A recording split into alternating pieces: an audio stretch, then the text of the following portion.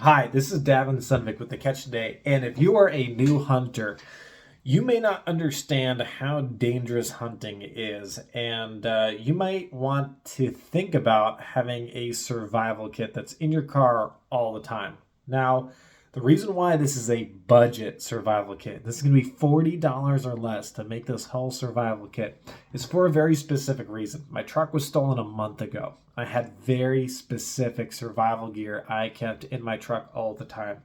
It was expensive. It was a very expensive loss. And so it's not that I won't bring my very specialized and expensive gear camping in the future, but day to day, I don't carry around that gear anymore. So this is what I now carry around day to day. And if my truck was ever stolen again and I lost this stuff, it would only cost me $40 and I could easily replace all of it. So without any further ado, let's get right into the topic. So step one is these meals ready to eat, these MREs and the MRE heaters. They only cost about $3 a piece. So call it 3 meals and 3 heaters, call it $12, right, for the whole kit. Maybe $15. You can actually get cases for like $40 and then split it up with a few buddies and create a few of these and give them out as Christmas gifts or whatever you want. But those are super important because you want to be able to, if you're in cold weather, first of all, eat something nice and warm that'll warm you up. But second of all, you don't need to really eat for months on end in a survival situation. You got to be able to keep the calories up in the first 24 to 36 hours in a pinch, just in case you got to make some really important decisions. You want to be thinking clearly in that time frame. So let's get right into the next piece of gear, which is your fire starting gear, and that is super important, right? So we've got a cigar lighter. Sorry, not a cigar lighter. A cigar tube. It was just a cigar carrying tube. It was included in a cigar that I was gifted. You can find your own tinder carrying tube or tinder carrying device, whatever you want to use, but any piece of trash that you were going to throw out and you thought to yourself, I can carry some tinder in there, perfect. I keep some Dryerland, 100% free, right? So we're still only $12 into this whole project because we used trash and trash to create a tinder bundle here. Got a lighter. This lighter obviously will light all on its own, but the flint is useful even if it runs out of juice. I can use that dryer lint to still create a fire. And chapstick. Chapstick's not only important for your lips if you ever get dehydrated or you're in the summer heat, but it's also flammable, so it will enhance your entire fire starting equipment. Same with the cordage and the rope. Cordage is very important in survival situations. So you at least got some cordage. That was another $5. So all in all, we're in still less than $20 for our whole kit. All right, next thing is a flashlight and a glow stick. You can get glow sticks for like a couple of dollars, and you can get super cheap flashlights for $3. This is a Duracell made in China cheap flashlight that I don't use. It used to be in my camping gear, but it's unreliable. When I turn it on, I don't know whether or not it's going to be in the flash setting or in the low beam or on the high beam. It just got annoying to use, so I don't use it anymore. So all I did was I took the battery out, flipped it around, so if you push on the back of it, it's not going to burn out the battery. So I can store it as long as I want in this watertight container, and as long as the batteries, hold their charge for the next couple of years. I might want to go through here and change this out once a year, but I can set it and forget it. So I should have some way to stay illuminated, and I've got a backup plan to keep things illuminated just in case the batteries don't work or that cheap flashlight doesn't work.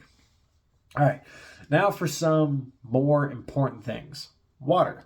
So I've got these water purification tablets, but these are useless if you can't measure the volume of the water that you're going to be drinking. So that's why I've got plastic bags. Now, plastic bags, I've got 2 trash bags. a gallon Ziploc bag and a 1-quart bag holding all of it together. Now, I don't know why the bag keeps filling up with air, but it does. But anyway, so I've got all these bags in here so I can measure the volume of water, but I can also use those trash bags as a solar still. If I'm in the desert and there's only groundwater available or simply green vegetation, I can also use it as a poncho if it's raining and there's too much water, or to collect water like rainwater. So wide variety of uses for plastic bags. Also, I can't tell you how many times plastic bags have just came in clutch as a convenience item. I mean, you're out there, you're filleting some fish, and you and your buddy want to split up the fish, and he's going home and he's taking his cooler home, and you got nowhere to put fillets. Well, you only got a 20-minute drive home. They don't got to stay cold. So you put some fillets in a plastic bag, get home and put them on ice, and then you're good to go, right? So plastic bags come in clutch all the time for new hunters. So keep some plastic bags around. It's great convenience. All right. And we're still under about $35, even with all of that gear, right? All right. Knife. You really can't go wrong with like a cheap $3 knife. This is not a cheap $3 knife, but at this point in time, it almost might as well be. It's probably one of those $10 knives that, you know, just got abused at the bottom of my tackle box for the last 10 years. And it's got rust on it and stuff, and I don't really use it anymore since I reorganized my tackle box. So instead of sitting in a junk drawer, it can sit in my car because it's going to be more useful in my car than in a junk drawer. All right, the last item. Last item is pretty important, is wet wipes. Now you can use wet wipes. You can use, these are makeup removing wipes. You can use baby wipes. One wipes for your butt. I don't really care, but you need something to be able to clean up messes with, because I can't tell you how many times guys have forgotten toilet paper. Can't tell you how many times people have had bloody fingers and didn't have a rag available to wipe or clean their fingers with. If you're out in the field and something causes a mess, particularly a mess with some septic value, if you get what I'm saying, that pretty much puts an end to the trip.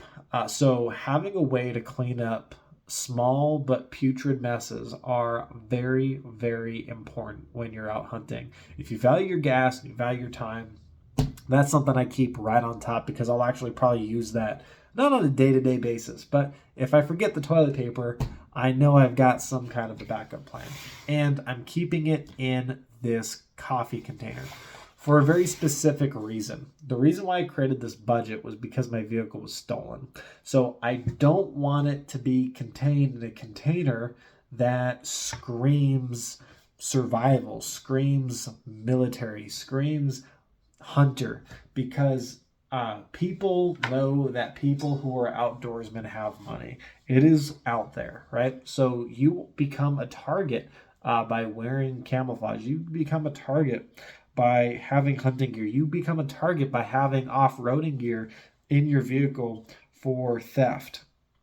So keeping it in a coffee container is not only cheap and practical and watertight, but it's also practical against theft, and makes you not seem like an insane prepper.